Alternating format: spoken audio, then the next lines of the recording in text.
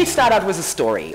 Many years ago, a friend of mine came to me, and we were just students of the law of attraction, dabbling in it. Okay, what can we manifest? Can I get a parking spot at Albertsons?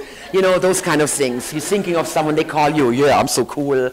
And so that's what was happening. Her car broke down, and she didn't have any money right now to fix it, and so she was really distraught and stressed out about it. And she came to me, come on, Christiane, let's do something. Let's use the law of attraction that this situation will resolve itself. I'm like, cool, let's do something. So we did some prayer, some meditation, some visualization. We used some affirmations, did a bunch of juju. And then she called me back 2 days later. She says, you're not going to believe what happened. I took my car in. They checked it out. They said, oh, the parts that's broken is under warranty. So no problem. We're going to take care of it for you, ma'am. And let's throw in a free oil change. And we're going to wash your car. So she totally got her outcome. The car was taken care of, and she got it in an even better space than it was when she dropped it off. And so she was just so excited. We high-fived, and yeah, we're masters, and this is cool, law of attraction rocks. And it's always been a great story. I love to share that story. And then over time, I started developing a little different relationship with that story. And I asked myself, what's irking me about this? And then I started noticing patterns. When people talk about their life and about how they make things happen. Because usually what happens is a person gets sick, then they remember to start talking to their body and start finding out, hey, what's going on? What do you need from me? Do we need to rest more? Do I need to take better care of myself, perhaps? Or they have a relationship problem, and then they start using positive affirmations. I'm attracting the perfect mate, and those kind of things. So what I realized is it's when we get in trouble that we all of a sudden become masters of the law of attraction. It's not that when life is just going along beautifully, we're like, okay, cool, what do I want to create now? Usually what happens is people first fall into a hole, something happens health-wise, our finances go down, anything that somehow jolts us out of our normal state of being, and that's all of a sudden when we remember the law of attraction, we go, oh, I need to use some affirmations. And have you ever been in that place yourself? I know you have, because I have. And we're all doing the same thing usually. We are having those same kind of basic patterns that we remember our mastery, we remember our skills when the SHIT hits the fan, right? And that's what I realized, and that was what was wrong with my story. Because my friend, how would it be if the car was driving well and she would remember being a law of attraction master and then manifest some cool stuff versus waiting for a crisis to occur and then crank up her mastery? Does it make sense, you guys? That is a huge difference in thinking and perception about how the law of attraction can be useful to you. And so that's what I've been immersing myself in for the last 10, 12 years since that story actually happened. And I realized what the pattern was, and I realized how much when I talk to people, they talk about, first there had to be a crisis, then I remembered that I could use the law of attraction, and then I somehow fixed the crisis, I got myself out of it, I got out of the hole, and then I moved on. So you have, life goes on, we fall into the hole, we work our way back out, and then life goes on. Well, that is a great method if you are in a hole, but how would it be, imagine that for a moment, that life just goes on and that you are proactively using the law of attraction all the time, that you are truly becoming a master of it, not waiting for a crisis to hit before you use affirmations. We had one lady talking about creating daily rituals, and that's one of the things that I'm a huge fan of. We need to have daily methods, daily ways that keep us connected, that keep us open to source, that keep us in that wonderful high vibration. Because all of you understand that whatever results you have in your life right now, on the level of health, your finances, your relationships, your career, and your lifestyle, those are the 5 major areas of your life. Every single result you have in those areas right now, good or bad, indifferent, whatever you judge them to be, are the direct result of the energy that you send out. Every result you have right now in your life in all areas is the compilation of the energy that you send out. And the way I teach the law of attraction, it's not just enough to sit there and create vision boards and make this beautiful picture of that Tesla that I want, or, you know, that trip that I want, or that beautiful husband that I want, or that my kids behave better. And then I use affirmations. What I realized is there's a major missing component, and that's why a lot of people who watch The Secret don't get anything out of it, or it just works haphazardly for a while. It's because the emotions are not being addressed. You also need to be in a high vibration of hopefulness, gratitude, bliss, joy, passion, excitement, freedom, happiness, peace of mind, confidence. When you hear those kind of words, they immediately, they make us stand up straight. They, we take a deep breath. We're like, yeah, that sounds so much fun. That sounds wonderful. Those are high vibratory emotions versus emotions like depression, sadness, fear, shame, guilt. I mean, just hearing those words or saying those words, bleh, I can feel it. I get a knot in my stomach, and it just drags me down to say those words, because those are emotions that have a low vibration. So if you have people in your life right now that you complain about because they are low vibration, well, you are sending out a low vibration to that person, and then they are reacting to it. And that's why you guys have that kind of relationship. My husband worked at the airport many years ago. He was delivering lost luggage. And there was this one airline that he was warned about that the employee for this airline was a not nice person. So his colleagues told him, oh, Shawn, gotta be careful when you meet so-and-so. He's just an ass. He's not gonna wanna help you. Okay, so Shawn goes into the office, and then he talks to everybody. He had a great experience. He goes back out, he's like, who are you talking about? And they're like, him. And they pointed at the one employee, and he said, he was totally nice and helpful to me. Now you have to understand, my husband is a very outgoing, happy, big smile, talk to everybody kind of person. He's never known a stranger. That's what his parents told me. And of course, when he, with his energy, goes into that office and, hey everybody, how you doing today, ha ha ha, then of course that's what he gets back from those people. So that employee who was nasty to his colleagues was nasty to him because he reacted to my husband's energy. So the person who's nasty to you somehow is feeding into your negative energy, whatever you're sending out. Oh, men are not trustworthy, or women are bad drivers. We have those stigmatisms, those paradigms that we have in our culture. And I just came back I literally traveled the world in the last 6 weeks. And I was in several different countries. And every time I go to a different country, not only is the food different and the music, and you see different trends in the clothing they wear and just attitudes. We live in such a little bubble here, and we think this is how reality works and this is how the world thinks. You guys. It is fascinating for me to come to a different country and then get thrown into completely different paradigms of how things are. Okay, I'm going to use one example. I just went on a 10-day trek through Spain, and one of the greatest discoveries I made in Europe and in a lot of places, there is simply no rule whatsoever when it comes to bathrooms.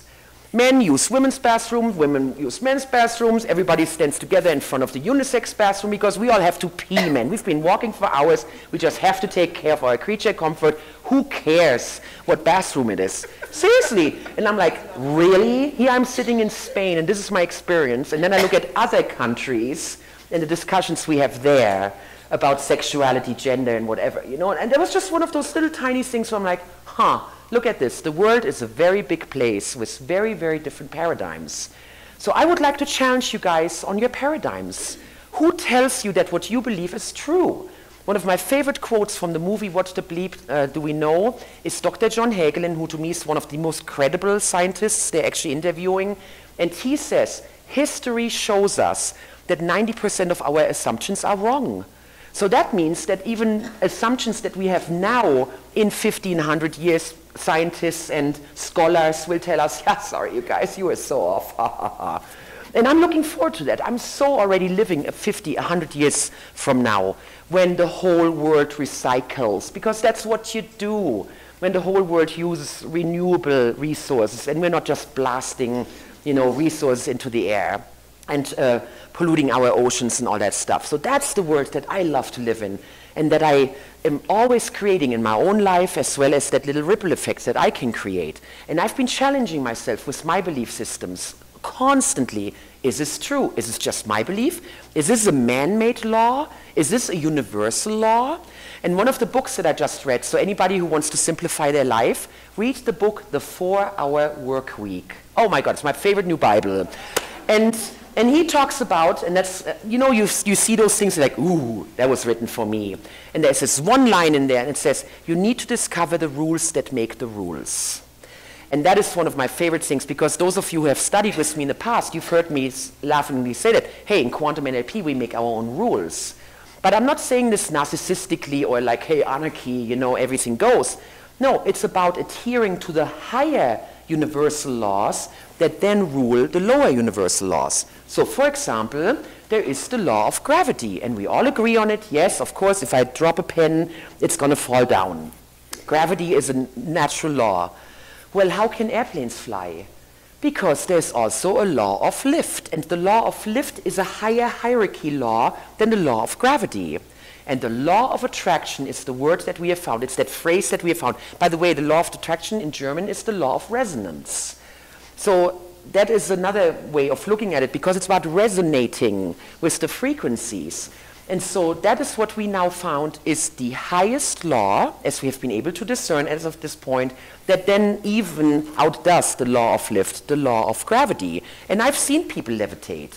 I'm sure you've been in the vicinity of people who have done miraculous healings, who have done telepathy, who have done paranormal activities of remote viewing, who have done energy work with someone and then they healed. We have all been part of miracles. We've all experienced miracles and seen them in action, and that's because those people have been able to cultivate the higher laws.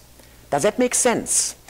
And what I really would like for you guys to all take home with you, because I've been a student of this for over 20 years now. I've made the decision over 20 years ago to become a Quantum NLP trainer and teach NLP in the world. Then the law of attraction came into my life. It helped me have fantastic birth experiences with my children. I have homeschooled my kids with the law of attraction, and it's just phenomenal to see what they are able to create at 16 and 18 years old, and the perception that they have about their self-worth and who they are in the world and what's possible for them and what resources they have and all that kind of stuff. It's absolutely phenomenal. And so I'm always studying, I'm always looking for the next threshold, what's going on. So here's my new favorite study, you guys, and I really want you to write this down and do some research on YouTube and look it up on Wikipedia and just wrap your head a little bit around it. It's called hermetics. Hermetics, it's the study of Hermes. If you've ever heard of that, when knowledge is hermetically sealed or a container is hermetically sealed, that's where this word comes from, hermetics, H-E-R-M-E-T-I-C-S, hermetics. And hermetics is the study of the ancient Egyptians of the universal laws. They have 7 laws that they discerned. Out of hermetics comes every major religion that you know of, and you will see many of the principles in there. The stories even are very similar. When you look at the Jesus story, you look at the horror story, there are some incredible similarities. And here's, to me, the most important and powerful part. It perfectly jives with quantum physics. And that's what makes it so attractive. That's what makes it, for me as a German, so credible, because I want facts, I want proof, I want research, okay? So I've been researching the heck out of this whole subject, and it is phenomenal to me when we start using those principles of hermetics, how simple life can become. And some of those principles I have also integrated in my own books. The first principle is oneness. Everything in the universe is one. It is connected. We are unified. We are all part of the unified field. Some people call it the noosphere. Some people call it the quantum field. There is an underlying consciousness under this reality that connects all of us. And when we understand that the whole universe is made of energy, and that we can communicate with that energy, and that we're all part of that same pool of energy, totally changes your perception about other people, other cultures, nature, trees, animals, to understand that we truly are all connected, we are all one, that we are all made of energy. And then that energy manifests in particles through our intent. Particles come together to form atoms. Atoms come together to form molecules. When you have enough molecules coming together, you start getting cell structure. Cells make people, apples, trees, house, whatever. So we're all made of the same stuff. And that underlying energy, that consciousness, is always communicating. It's an intelligent field. That's what the Hermetists say, that the field is intelligent. The field has consciousness. There is movement. There is learning. There is growth. It's always growing. It's always thriving, expanding. And then you can communicate with that energy. And that's what we're doing when we have a conversation with someone else. Some people here might remember the bestseller book by James Redfield, the Celestine Prophecies, that came out in the 90s. There was a huge wake-up for me. And I remember when they talked about the control dramas. And they said that the thing is that we're so disconnected from the universal energy, and those of you who do Reiki work, any kind of other energy work or chakra work know that most people, we have a lid on our consciousness that we, through conditioning, the things we learned when we were kids, or the things we took on from our ancestors, that somehow we are not allowing that universal flow. And then we start stealing energy from each other.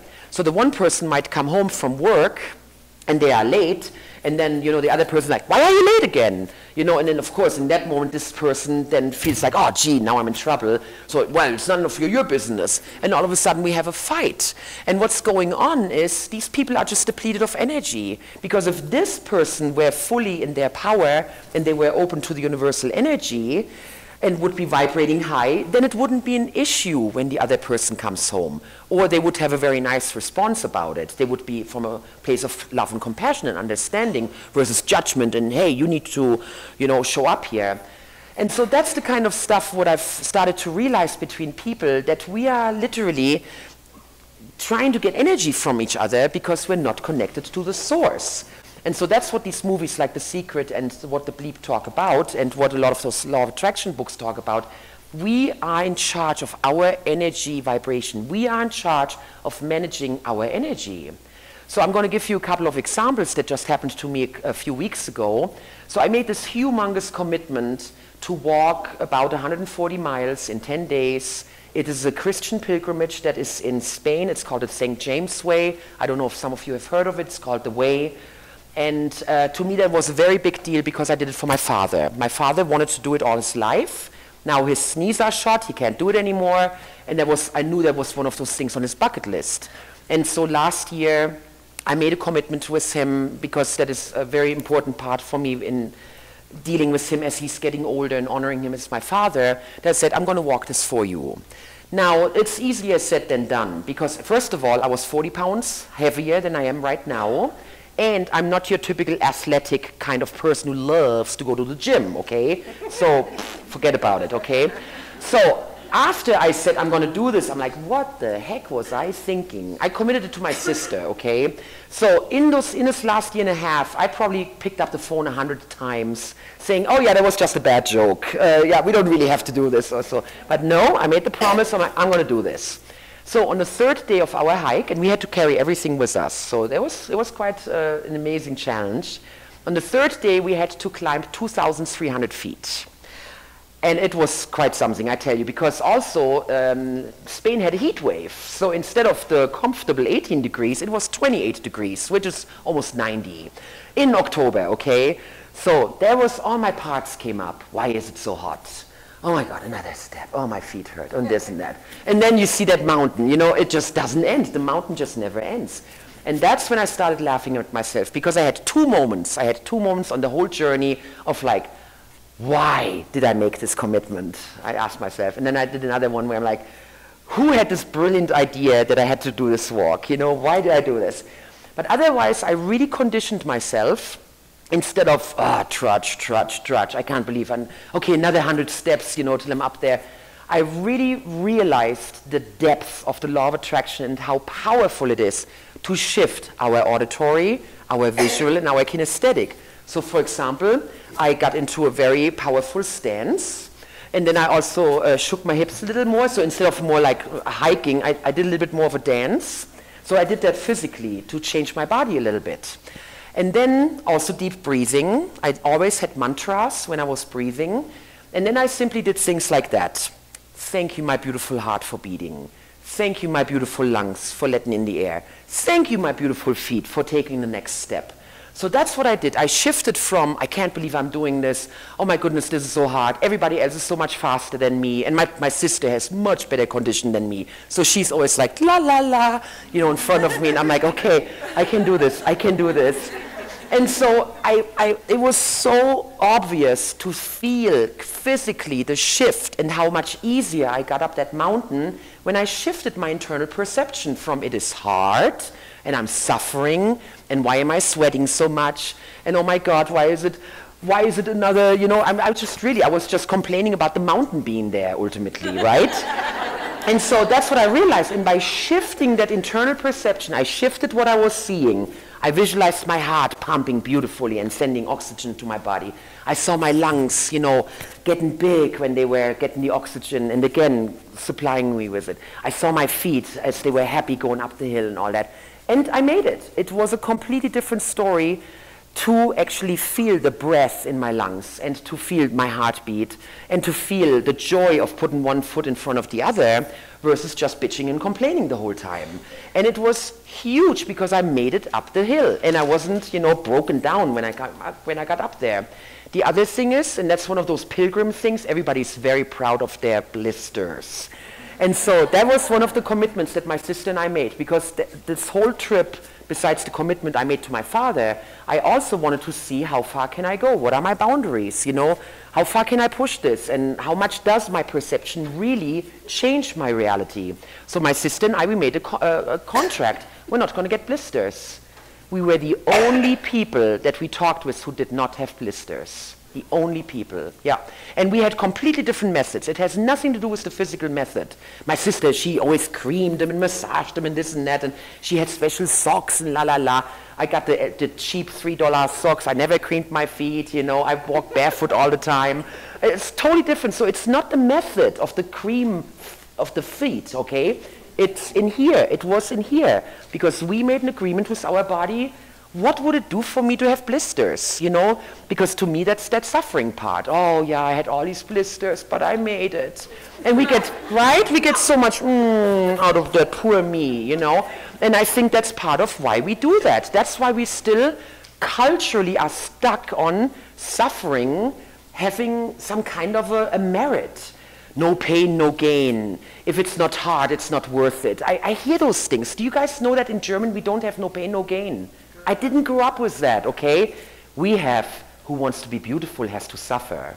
And I had to hear that the whole time when I was sitting there on Saturdays and my mom was making my hair and then she would put them in the curlers and you know, it got really hard and I would be complaining and she's like, who wants to be beautiful has to suffer. Well, you guys didn't grow up with that, right? And that's why I'm saying it's cultural. It's just cultural. I didn't know what PMS was until I moved here.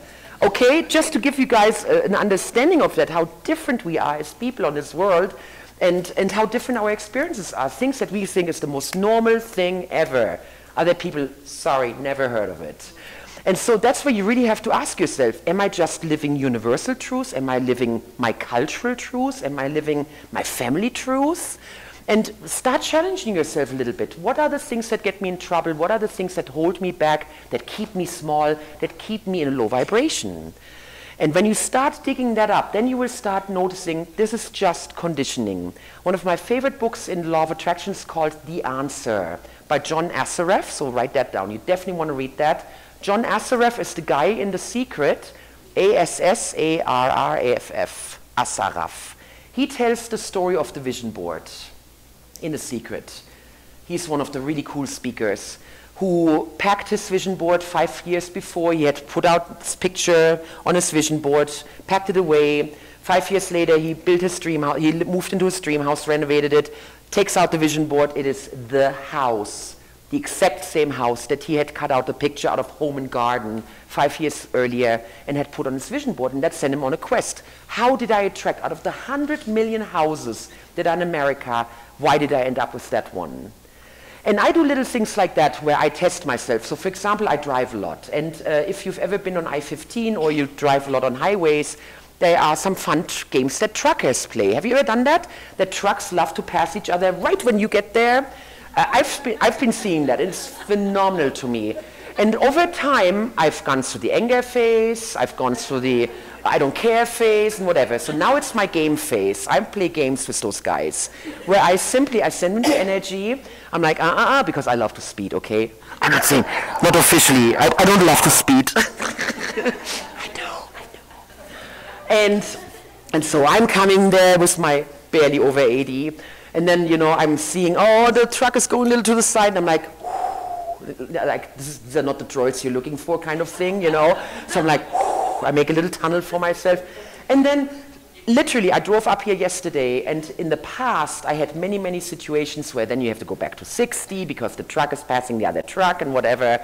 And yesterday, I had 3 experiences right after I got onto I-15 down in southern Utah, where the first one immediately took off. The second one, I mean, seriously, they parted like the ocean. It was like Moses going, and you shall part. Seriously, and I'm like, whoa, yeah, baby, because I knew that somehow I was energetically aligned with going fast, having flow, being somehow in touch with these truckers, which, by the way, I have a very sweet relationship with those guys. So it's, yeah, it's very sweet. And so I like to do things like that. I used to do that when I lived in Salt Lake, that I would put my odometer, my cruise control on 72, and I go into the middle of I-15 and see how far I can go. And I have gone from downtown to Sandy without taking my remote control out. Sorry, cruise control out. Oh, that's right, I got my remote control on. And people would always, just in that moment, when like, oh, okay, I have to brake, then like, oh, they would just take off. And so that is one of the games that I like to play to see how much in the flow I am. It is not that we are manipulating the traffic light to turn green. You know that, right? It's not that you made the traffic light turn green. You aligned your energy with the energy of the traffic light that you ended up at the traffic light as it turned green. See, that's the difference between the arrogance, haha, look at me, I'm the master, I make this happen, or the true master who is so in the oneness that they are just at the right place at the right time doing the right thing. That's the big difference. And I learned that in a spiritual journey many years ago with a spiritual mentor who said there are 4 levels to our reaction, to our interaction with reality. The lowest level is to me. It's happening to me. I'm the victim, there's nothing I can do about it. That's just the way life is. Life is hard, those kind of things. So it's happening to me, sorry, no choice. The next level, when we learn the law of attraction, it's me. Haha, look at me, I thought of you and you called me. I wanted a cup of coffee and there it was. Look how cool I am, I created that. And that's a little bit arrogant, there's some narcissistic element to that, haha, look at me, how cool I am. And that's okay. There's just like the little kid who's learning a new skill and is very proud of himself, like, look at me, I can open the door now. And then you have the third level, through me. That's what we call channeling. The information just flows through you. You're in the flow. And then the highest level is as me. You're part of the oneness. You're simply part of the oneness, and you are an exemplification of that oneness. You are a facet of that oneness that is now manifesting itself. And when you can engage with life from that through me and it's me vibe, it just opens up everything. And I do that with airplanes, for example. So I'm giving away some secrets here. I don't like turbulence in airplanes, and I fly a lot. So my husband used to be an aircraft mechanic, and I shouldn't even say anything about that. He said you would never fly again if you knew what I knew. So that being said, when turbulence starts, I used to get really shaky and my heart would beat faster and those kind of things. And I learned to simply calm myself down and like, hey, nothing's happening today, no big deal. And then actually I have a very vivid imagination. So I like to talk to dragons. And I have 2 white dragons who then I call whenever airplane goes into turbulence. And then I just visualize how each one of them takes one of the wings and then we fly along. And guys, as I stay here in front of you, I've been doing this for almost 10 years now, I swear, the turbulence has never lasted more than a few more seconds after I did that, and then it just evens out. And again, it's not me doing it, it is me aligning my energy with the energy of the airplane and the jet stream and all that stuff, that all of a sudden then there is no more turbulence. There was actually almost a crash in northern China a few years ago. And actually that story just got publicized again. I saw someone posted on Facebook just a few weeks ago that there was some major turbulence, there was some major problems with the machine, actually the airplane, and the pilot was able to safely land the machine. And he actually made an announcement to the people, to his passengers, and said, please, please pray, together we can do this. And the people prayed together, there was no panic whatsoever on this airplane. They actually did the emergency landing well. You heard that story? Yeah. The emergency landing worked well, and the captain thanked every single passenger with a handshake because he said, you guys saved us. And when we hear stories like that, and you heard stories like when people got together in Washington, D.C., and they prayed for peace, and then all of a sudden the crime rate went down. They have done those same kind of experiments in Israel, in Pakistan, Palestine. They have done those in Afghanistan. There are incredible research projects that you guys can follow if you want to, that are all based on the idea, what can we create collectively? And that was truly the idea that got this whole summit going, and that got our club going 10 years ago, because we realized when 20, 30 people come together and we focus our intent, we can make some magic happen. One of my favorite stories was when we had our free seminars in the library in the Sugar House area. One of our very dear friends, he had a grandson born in Arizona, and the child had a defect with his heart. And he was totally distraught when he came to our club. He said, I need some energy right now. My grandson is dying. He is a couple of days old. The doctors don't give him any chance to live. His heart is messed up. Can you guys please pray for him? So we were about 30 people. We made a circle. He stood in the middle. He imagined holding the baby, his grandson. He had never met him before. And he just was our surrogate for the baby. And we sent him energy. We imagined the baby surviving and thriving and being well. And then he checked in with us a couple of days later. He said, the baby made it. It's okay. It's thriving. And now it's a teenager. And those are the kind of things where you really have to ask yourself, you know, did we have something to do with that or not? And some people would say, oh, that's so arrogant to say that you did. And guys, there's a lot of scientific research at this point that shows us that we do have something to do with it. And that's why I'm so excited to know that when so many people come together with that focused intent to better ourselves, to become more masterful, to raise our energy, to get more resources and skills, that will have an effect. And I know it right now that everybody in Salt Lake is benefiting from that. I actually went to the conference from that school. It's called the Maharishi University in Iowa. That is the leader of those projects. That's where Dr. John Hagelin, that famous quantum physicist, is actually stationed. And they had a conference for teachers how to change inner city schools through meditation and through these kind of exercises that I'm talking about. That I talked to the dean, and they told me it takes about 17% of the community to think in a different way for then the consciousness of the whole community to shift. You've heard about that, the tipping point, that's what it's called. So I asked him, I said, so what's the tipping point these days? And he said the tipping point is under 1%. So the statistics that he gave me, 30 people praying together, connecting together, holding a specific energy, a specific intent, literally influenced 2 million people. Wow, isn't it? So when you're sitting at home tonight and you're doing a prayer with your family over your food, do you know that you might actually just have helped a neighbor who was ready to hit their kid or abuse their dog, or you know what I mean, or have a fight with their spouse, and because of that ripple effect that you guys created by giving thanks for your food, you might have actually touched that person and helped them to calm down.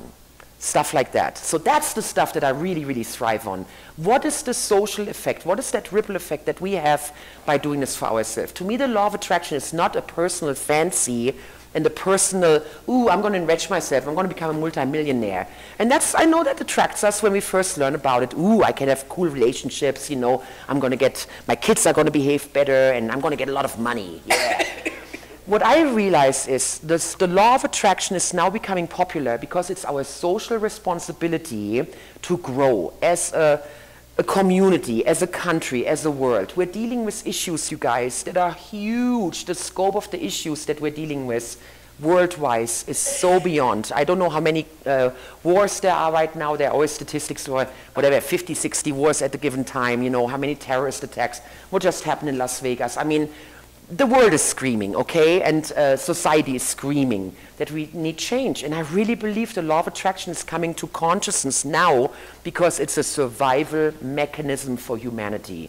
We need to take action here in the next 10, 20, 30 years environmentally to not make it so that the oceans are completely dead. Did you guys know that the barrier reef has been declared dead? Okay, that is huge. But you know what the best part is? It can be revived. It can be saved. It can be, again, turned into a living, wonderful, thriving organism. It's just up to us, and we need to raise our vibration collectively so that we care about those kind of issues. Right now, most of us are in survival. How am I going to pay my bills next week? Oh my God, oh, my credit card debt. And oh my goodness, my body's breaking down, right? That's how most people live in this world. It's so self-centered. We're so focused on ourselves because our life is not working. And that's what survival is. When you ever have studied a little psychology, Maslow's hierarchy, on the bottom we have survival, on the top we have self-actualization. People who self-actualize can't be in survival. Those survival things need to be taken care of. Your money is good, your health is good, your relationships are good. Then you can self-actualize. You need to be at a certain vibration to have that power to then influence others. And that's what I've made my personal quest, because I used to be the person who was always sick, who was always depressed. I wanted to kill myself, substance abuse, you name it, I've done it. You know, and I've been with my husband for 30 years now. We were separated. Actually, we just celebrated our 22-year breakup anniversary. You were there when that happened, you know, and we were there. We hated each other. That's your fault, I'm unhappy, you know. Here we were 8 years into our marriage. We broke up. Half a year later, we came back together. Okay, take two. Let's do this again with resources. Let's do this together. And the last 22 years have been beyond magnificent. And those of you who know my husband, that guy is absolutely phenomenal. And I love being with him. So it is up to us. And I really see it as a social call to you guys. See where you are sabotaging yourself. Where do you keep yourself in a low vibration? Where do you keep telling yourself that you're a victim, that life is too hard, that you can't do it, you're too old, too ugly, to this, to that, you don't have the education, the money, the background. It doesn't matter. You can create anything you want. I just talked to two ladies out there, and we talked about, oh yeah, I want to travel more, you know. And that's when I remembered, that was the first thing that I used the law of attraction for. I made statements like, oh, I always create cool trips. And then trips would be offered to me. Hey, do you want to come here? Do you want to visit that? Oh, cool. Then I upgraded it. I always attract free trips. And then all of a sudden I had a student showing up, and she said, I want to learn Quantum NLP with you. She wanted to become a master practitioner, and she was an expedition leader in Peru. So we did a trade. I gave her her education. She took me to Peru for 3 weeks. And that's how I started attracting free trips. And I'm like, okay, that was easy. I'm attracting paid trips. And guys, that's how I've been living my life for the last few years. And that's what I'm going to do full time now. So here's my official announcement that as of right now, I'm on a world trip. My husband and I were taking off on the 3rd of January. We're going to spend the first 12 weeks in China and Thailand, Cambodia, Vietnam, and then we're going to see what's next. So as of in 2 months, I'm going to be officially homeless. What a crazy thing, you know. And if someone would have told me that again 4 or 5 years ago, hey, that's going to be your path, that's what you're choosing to do, because I believe that I'm a world citizen. I want to be a vagabond. In Germany, we call that the life artist. One of those beautiful words, a Lebenskünstler, life artist. That is my aspiration. And there's no panic, there is no stress, no struggle, nothing. It just is what it is. And I'm totally excited about it, and who knows what's going to come out of it. I know I'm writing 3 books about this whole experience as we speak. I've been taking notes about it for the last 18 months. So it is totally up to you to look at your life challenges right now and see them as a struggle or hard, and yeah, this is what you have to go through to make it to the next level. Or you start asking yourself and saying, is it really that way? Does it have to be that way? Does it have to be so hard? Is it just my belief system, perhaps? Is it just what I grew up with? In my family, working hard is considered a great skill. It is a virtue. So, of course, if you want to be a good family member, then you will naturally adopt such virtues because you're going to get credit in your family.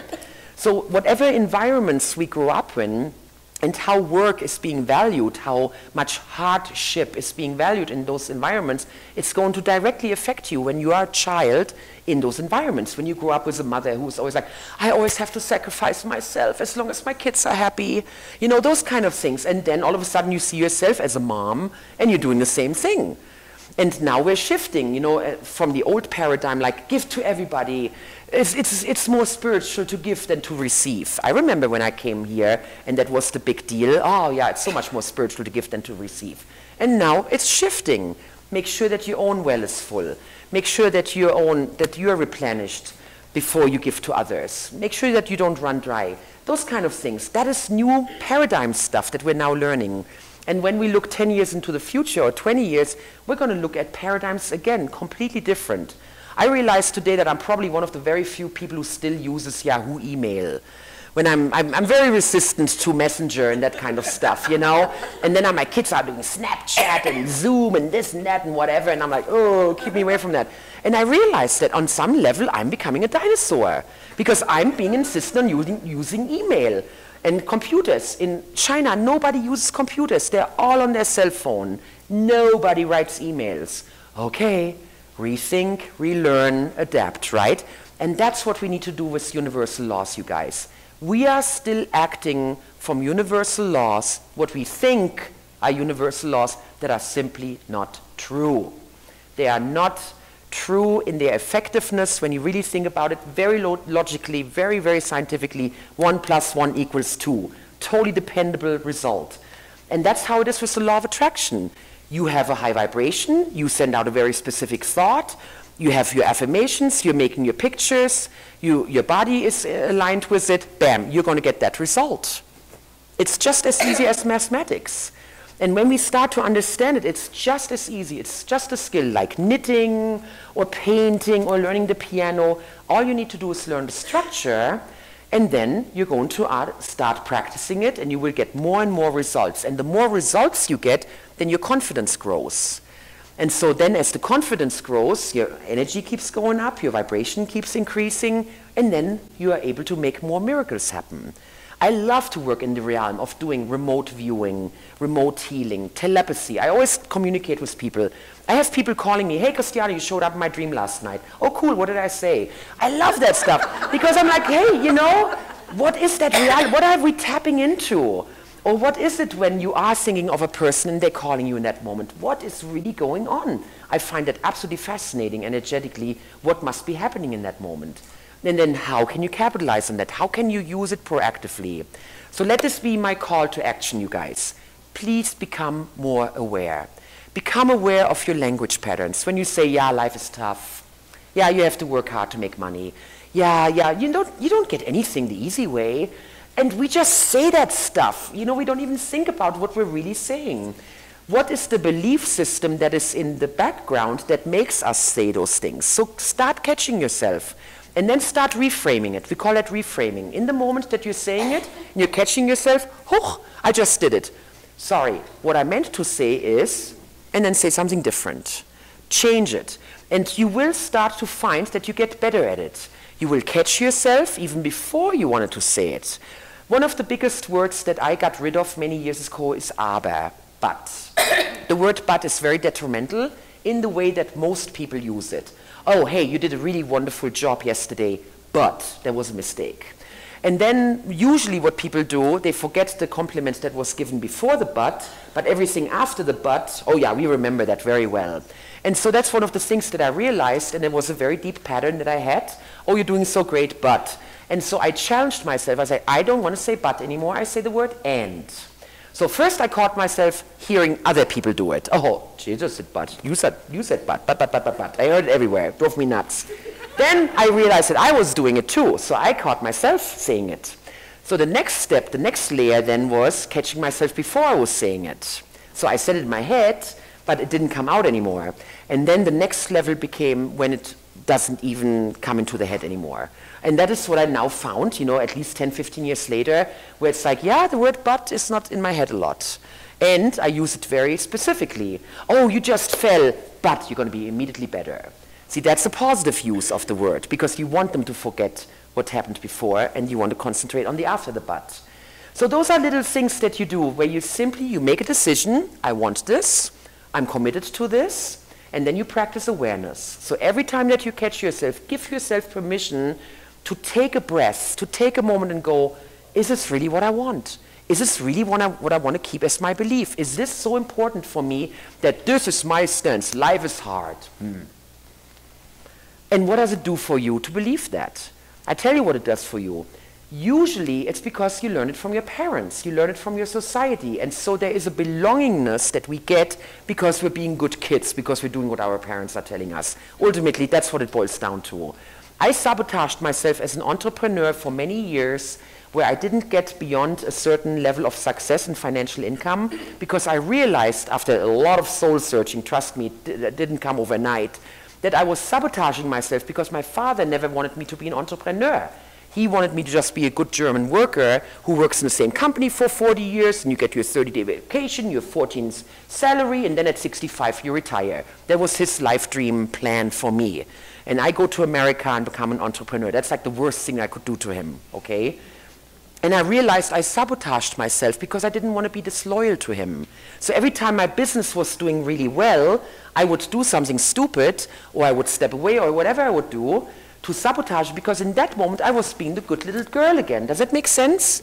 And we do those things even at 60 and 70 years old. You wouldn't believe the drama people put themselves through to still please their parents, their family system, and their society, because they think that that's the only way we get accepted or we get value.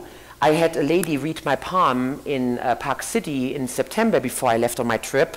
And she said, oh, you just finished your biggest life lesson. I'm like, oh, what's that? And she said, karma. You just finished your biggest karma lesson. I'm like, oh, what is it? What is it? She says, not caring about what other people think. I'm like, thank God, thank you, thank you. Because I was seriously, very seriously steeped in that pattern. I did a lot of things, or didn't do things, because I was so worried about what other people think. And I don't know who relates with that. We are so worried about being judged by others. And that's one of the greatest things that I learned on the El Camino, was that I did a lot of meditations while I was walking, was nobody judges us, only ourselves. And we are our toughest judges. So be kind to yourself, be sweet to yourself. I always tell my clients, talk to yourself like you would with a little sweet child, a little child that got hurt, a little baby that needs help. We're way too rough on ourselves. And so treat yourself with kindness, give yourself permission to make some mistakes along the way, to stumble a little bit, to mess up, who cares? Because ultimately you will get higher and higher and higher and able to create a lifestyle where you get to have a very high vibration all the time. And that comes from someone who used to slam their alarm clock, you know, when it would come on, I hate this day, I can't believe, You know, I used to be one of those people, absolutely. Mondays, worst day of the week. Friday, thank God it's Friday. You know, those kind of things. I totally had that lifestyle. Hating my job, I worked in a bank, doing things I didn't want to do. You know, I just did a lot of things that I thought were expected of me to be a good daughter, be a good society member, a good wife, a good mother, whatever, until I finally said, who for and why am I doing this? So use that discernment with yourself and really figure out, you know, why am I doing this? What is my positive intent for holding on to this pattern? Or how does it serve me to really believe that I'm a victim or that life is tough, that it has to take a lot of hard work to be successful? One of the most wonderful things I've ever heard was, work smarter, not harder. Bing! Went right in my head. I'm like, got it. Next, you know? And that became my motto. That's how I've been building my business over the last few years. How can I work smarter and not just add more hours to my day? Yeah. So these are a bunch of little encouragements, some ideas that you can use and integrate into your life. Really start thinking about it when you hear other people who give you their take on how hard life is or how much they have to suffer to gain something. And catch yourself, how often you say it in your own mind, in your own heart. And then start reframing it. And just ask yourself, is this really true? Am I just making this up? Am I just being conditioned? And I'm a huge believer in reading, writing.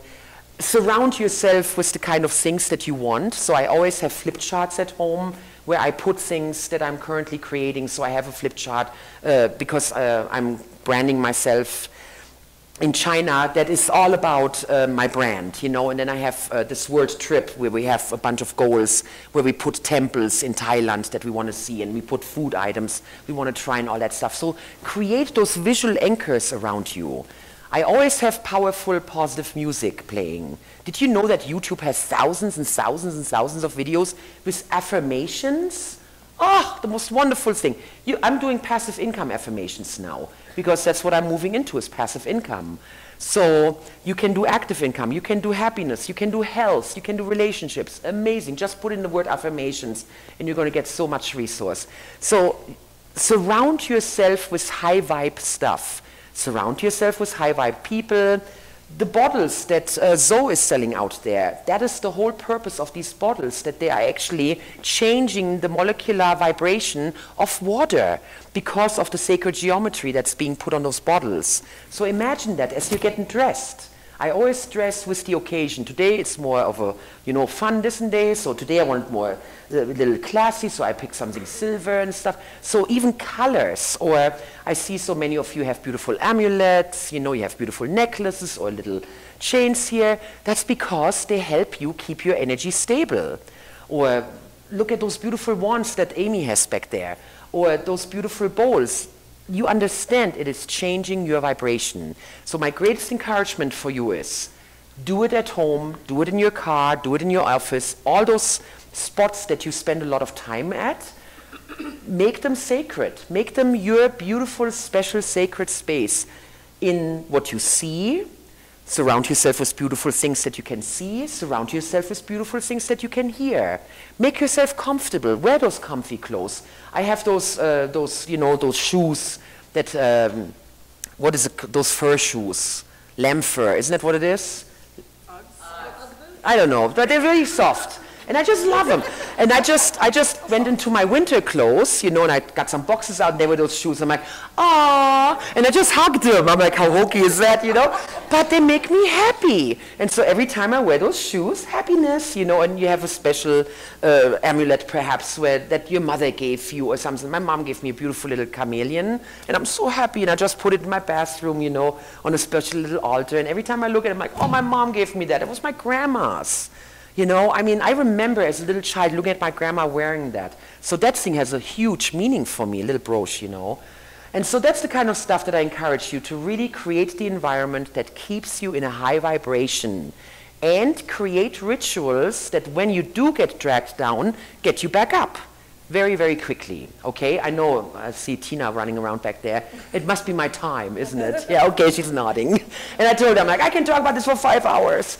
So I hope I gave you the nutshell version here. I gave you the nitty-gritties. The most important thing is practice awareness, catch yourself, reframe things, and as soon as you start doing that, you're going to get good at that. Trust me, once you've done it 5, 10, 15 times, it's going to get easier, and it's going to get easier and easier, and all of a sudden you've conditioned a whole new perception, okay? So with that, my friends, have a wonderful rest of the day, and enjoy all those fantastic presentations. I've been popping in some of them. We all have incredible resources to share with you. I know you're going to be attracted to the perfect presenters for you. Thank you so very much for being here, for bringing your wonderful energy. Thank you, guys. Woo!